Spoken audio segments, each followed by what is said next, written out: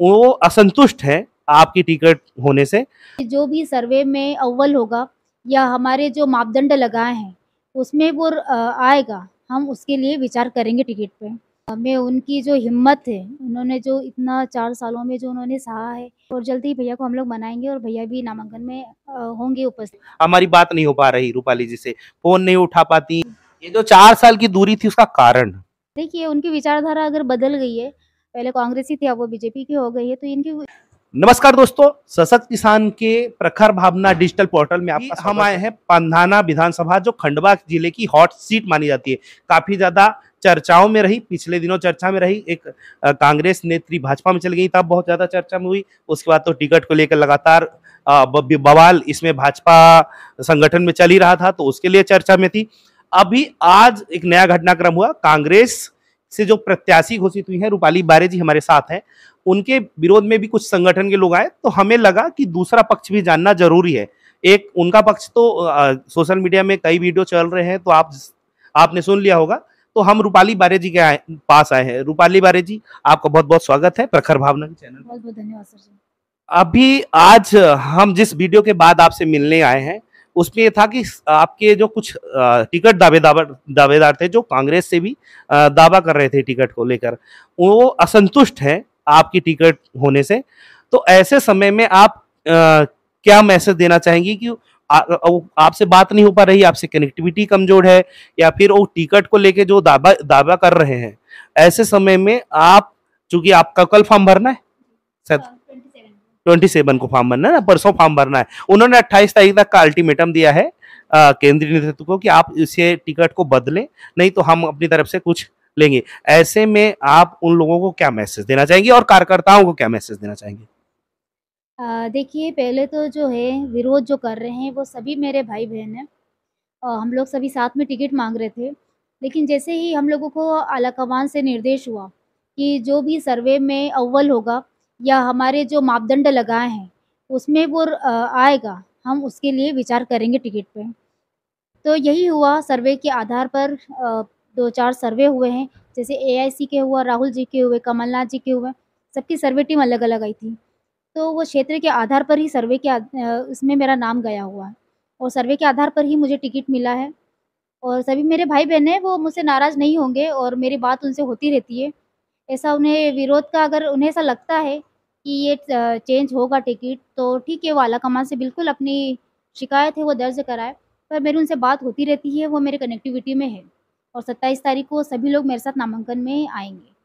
अच्छा, 27 तारीख को सब तब तक आ जाएंगे।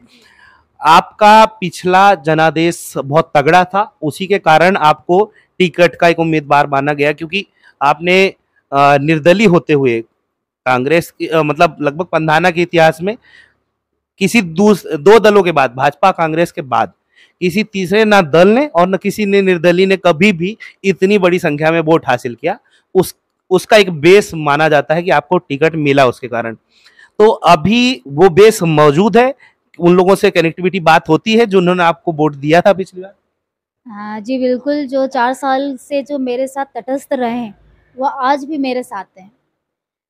मैं उनकी जो हिम्मत है, उन्होंने जो इतना 4 सालों में जो उन्होंने सहा है, जो पार्टी के विरोध में रह के हमने जो कार्य किया था, उसके बाद भी पार्टी में रह के सामने वालों से जो सारी चीज़ें हुई है, वो वाक़ई में काबिल तारीफ़ है, क्योंकि जो मेरा कार्यकर्ता था, मुझे नहीं पता था कि इतना तटस्थ होगा और 4 साल तक अगर मेरे साथ कंधे से कंधा मिलाकर वो खड़ा रहा और आज भी पूरी टीम मेरे साथ है। जब वो टीम वापिस आई कांग्रेस में और पूरी तरह से मंडल अध्यक्ष, जिला अध्यक्ष, हालांकि यहाँ तो बात मंडल अध्यक्ष की क्योंकि विधानसभा लेवल की बात है, लेकिन जिला अध्यक्ष और पूरे प्रभारी लगभग एक तरह से बदले गए। ऐसे में जो मंडल अध्यक्ष बदले गए, अब जो पदाधिकारियों को पद मुक्त किया गया, उनमें कोई असंतोष या कोई रोष दिखता है आपको? देखिए, नाराज़गी हो सकती है क्योंकि थोड़े बहुत चेंजेस, जैसे ही ब्लॉक अध्यक्ष बने हैं, उनकी नियुक्ति भी जो प्रभारी जी आए थे उनके थ्रू ही हुई है और जो जिला अध्यक्ष है उनके द्वारा ही सब कुछ, मतलब निर्णय लेके किया गया है।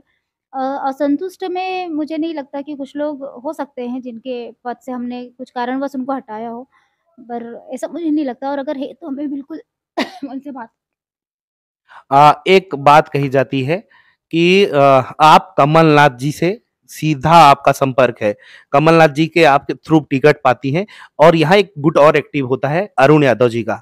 तो ऐसा कुछ जो अरुण यादव जी का संगठन एक समर्थन का गुट है, एक कमलनाथ जी का गुट है, दोनों गुटों का समर्थन आपको हासिल है या अभी भी मतभेद चल रहा है संगठन में?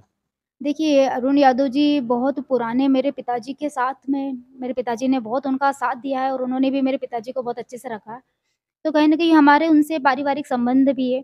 भैया से ऐसी कोई नाराज़गी नहीं है, भैया से कनेक्टिविटी है, बड़े भी बात कर रहे हैं उनसे और जल्दी ही भैया को हम लोग मनाएँगे और भैया भी नामांकन में होंगे उपस्थित, मुझे ऐसी उम्मीद है। अच्छा, 27 को भैया भी आ सकते हैं। अ, आज हम काफ़ी जगह घूम रहे थे, कुछ लोग एक छुटपुट नाराज़गी जो है, वो लोग कह रहे हैं कि रूपाली जी से कनेक्टिविटी नहीं हो पाती। जैसे 4 साल में कभी बात नहीं हुई, पिछले चुनाव में बात हुई थी, उसके बाद फिर अब अभी भी कुछ लोग ऐसे हैं जिन जो कहते हैं कि अभी भी मैं हमारी बात नहीं हो पा रही रूपाली जी से, फ़ोन नहीं उठा पाती या फिर मेरे पास नंबर नहीं है, कई बार ऐसा इश्यू आता है। कांग्रेस के तटस्थ कार्यकर्ताओं की शिकायत है ये। तो उन कार्यकर्ताओं को क्या मैसेज देंगी? क्योंकि मैं काफ़ी कार्यकर्ताओं से मिला, मतलब जो जिन्होंने बोला कि अगर आपकी रूपाली जी से बात हो, तो आप ये बताइए कि हम कांग्रेस के कार्यकर्ता हैं और हम कांग्रेस को ही वोट करेंगे, लेकिन हमारा कनेक्टिविटी नहीं है, तो क्या जब वो विधायक बन जाएँगी तब हमारी संपर्क रहेगा कि नहीं रहेगा? देखिए, बिल्कुल उनकी बात नाराज़गी बिल्कुल जायज़ है क्योंकि जो 4 साल में जो गैप हुआ है, जो हमारे साथ बहुत सारी अनदेखी और जो चीज़ें हुई है, उसके लिए हम लोग बिल्कुल मैं उस चीज़ के लिए माफ़ी माँगती हूँ कार्यकर्ताओं से, कि जो गैपिंग हुई है, जो अनुपस्थिति हुई है मेरी कांग्रेस की मीटिंगों में, उससे मैं बिल्कुल दूर हुई हूँ कार्यकर्ताओं से। विश्वास दिलाती हूँ कि ये व्यस्तता के बाद जो भी चुनाव के बाद जो भी होगा, वो सब कुछ ठीक होगा और मैं बिल्कुल अभी भी कनेक्टिविटी बना के रखूँगी। ये जो 4 साल की दूरी थी उसका कारण लोग जानना चाहते हैं कि कारण क्या है? छाया मोरे जी का संगठन में होना, उनका इस क्षेत्र में प्रभाव रहना, ये कारण था कि आप एक दूसरे से नहीं मिल सकते थे इसलिए? देखिए जो मेरी पिछली लड़ाई थी निर्दलीय लड़ने की, वो बाहरी प्रत्याशी को ही लेकर थी। तो बाहरी प्रत्याशी के आने की वजह से बहुत सारी फूट हुई हम लोगों के बीच, क्योंकि उनके भी समर्थक थे और मेरे भी समर्थक थे। तो जो मैच नहीं खा पा रहे थे, सिर्फ़ जो पार्टी के थे बेचारे वो तो तटस्थ थे, लेकिन जो कार्यकर्ता थे वो उनको काम खुल कर नहीं कर पा रहे थे उनके उसमें। तो कहीं न कहीं नाराज़गी थी, हम लोग दूर हो गए एक-दूसरे से बट अब सब कुछ ठीक है, मैं सबको मना लूँगी और सब कुछ मैनेज है अभी। सामने वही हैं जो जिनसे आपकी प्रतिद्वंदता इतनी थी कि आप एक तरह से निष्क्रिय होकर बैठ जाना पसंद किया आपने, अपने संगठन भी छोड़ दिया था छाया मोरे जी के कारण। तो अब छाया मोरे जी सामने आपको मिल रही है बीजेपी में, और मेरी अभी उनसे बात हुई थी, तो उन्होंने भी ये कहा कि मैंने रूपाली जी के कारण नहीं छोड़ा, क्योंकि उनके काफ़ी कार्यकर्ताओं की अनदेखी हुई। बात वही है कि जब संगठन बदले गए, तो अनदेखी हुई, इसके कारण उन्होंने छोड़ा है। तो आप आमने-सामने हैं, तो अब आप छाया मोरे जी को किस चुनौती के तौर पे देखती हैं? आपकी क्या स्थिति रहेगी? मनोस्थिति, क्योंकि आप पुरानी प्रतिद्वंदी हैं, एक ही पार्टी में रहते हुए प्रतिद्वंदी। जी बिल्कुल, देखिए उनकी विचारधारा अगर बदल गई है, पहले कांग्रेसी थी अब वो बीजेपी की हो गई है, तो इनकी विचारधारा बट मेरी विचारधारा आज भी कांग्रेसी है। और बिल्कुल अगर मेरे कार्यकर्ता अगर उनको लग रहा है कि उनके कार्यकर्ता की नाराज़गी मेरे लोगों की वजह से है, तो ये मैं नहीं मानती क्योंकि देखिए संगठन की जो नियुक्तियाँ हुई है, वो मेरे हाथों से नहीं हुई है। वो आलाकमान के आदेश से हुई है, जिनके कामों को देखते हुए हुई है, जिन्होंने भारत जोड़ो यात्रा में इतना योगदान दिया है, उनकी वजह से भी हुई है।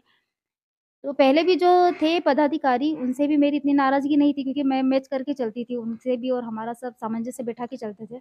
पर ये नई नियुक्तियों के बाद बहुत सारी चीज़ें सामने आने लगी तो उन्हें हो सकता है गँवारा ना हुआ हो, पर ये सारी चीज़ें संगठन की जो हमारे हाथ में नहीं रहती है, ये आलाकमान का आदेश होता है।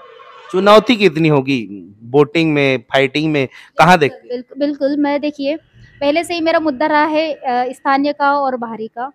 तो मुझे लगता है कि मेरी जो विधानसभा है, मेरा जो परिवार है, जो मैं यहाँ की गाँव की बेटी हूँ, मैं यहाँ की बहन हूँ, तो मुझे लग रहा है कि मेरा गाँव मेरे साथ में इस बार पूरा सपोर्ट करेगा। वो भी यही कहती हैं कि हमारा ननिहाल देश गाँव का है और उनका पूरे रिलेशन इधर के ही हैं, और रूपाली जी की भी शादी होगी तो वो भी बाहर ही हो जाएँगी। तो देखिए ये सारी बात की बातें हैं, लेकिन मैं तो जन्म ही मेरा यहाँ पर हुआ है। तो मेरी ये जन्मभूमि है और मुझे पता है कि जब जन्मभूमि मेरी यहाँ है, तो मेरे कई रिश्ते हैं यहाँ से, तो मुझे सपोर्ट मिलेगा इस बार। अच्छा, चुनाव जो भी प्रक्रिया है वो तो लड़ना ही है। चुनाव के परिणाम के बाद अगर आप विधायक बनती हैं, तो पंधाना में कितना काम है? आपने क्या सोच रखा है? क्योंकि काफ़ी सालों से यहाँ बीजेपी की सरकार है, तो अभी आपके कितने मुद्दे हैं? मुद्दों पे चुनाव लड़ना है तो कितने मुद्दे हैं? देखिए, सबसे पहले जो मेरा मुद्दा है, मैं हमेशा ही जो यूथ है, जो युवा है, वो बेरोज़गारी की कंडीशन में आज भी है क्योंकि वो हाई लेवल की ग्रेजुएट या ग्रेजुएशन, एमटेक, बीटेक सब कुछ करके बैठा है, लेकिन अगर कोई जॉब की बात आती है, तो उसको बाहर ही जाना पड़ता है। पंधाना विधानसभा में ऐसा कुछ है ही नहीं, जो बिज़नेस कर सके। तो मैं बिल्कुल पहले बिज़नेस का ही सोचूँगी कि हम लोग कुछ ज़्यादा से ज़्यादा अच्छा उद्योग लेके आएँ और जो पढ़े-लिखे युवा हैं, उनको रोज़गार दे सकें। दूसरी बात हमारी जो पंधाना विधानसभा में मूलभूत जो सुविधाएँ हैं, पानी की है, सड़क की है और जो स्वास्थ्य की है, सबसे पहले वो जो है बदहाल से बहाल की जाएगी। और तीसरा है जो महिलाओं के लिए हम लोग कुछ सोचा है कि कुछ विशेष किया जाए क्योंकि महिलाएँ बेचारी ज़्यादातर हमारे यहाँ कृषि प्रधान देश है हमारा एमपी का जो पंधाना विधानसभा है, तो उनके लिए कुछ अच्छा-सा होना चाहिए। और बाकी जो है किसानों के मुद्दे तो आपको पता ही है कि यहाँ पर हम लोग कितने बेहाल है किसान। तो उनके लिए बिल्कुल कुछ सोच के रखा है, जो कि हम जो हमारी लोकल का जो वचन पत्र निकलेगा, उसमें हम डिमांड्स को रख देंगे हमारी। ये थी रूपाली बारे जी। हम आपसे मैडम बात की आपने, बहुत-बहुत धन्यवाद, आपने समय दिया इतनी व्यस्तता में। हम चुनाव के नज़दीक आते ही आपसे एक बार फिर से अगर अब समय मिला, तो मिलने की कोशिश करेंगे। नहीं तो चुनाव परिणाम के बाद जब आप विधायक नियुक्त हो जाती हैं, तो उसके बाद फिर हम एक बार आपसे मुलाकात करेंगे। तब तक के लिए धन्यवाद।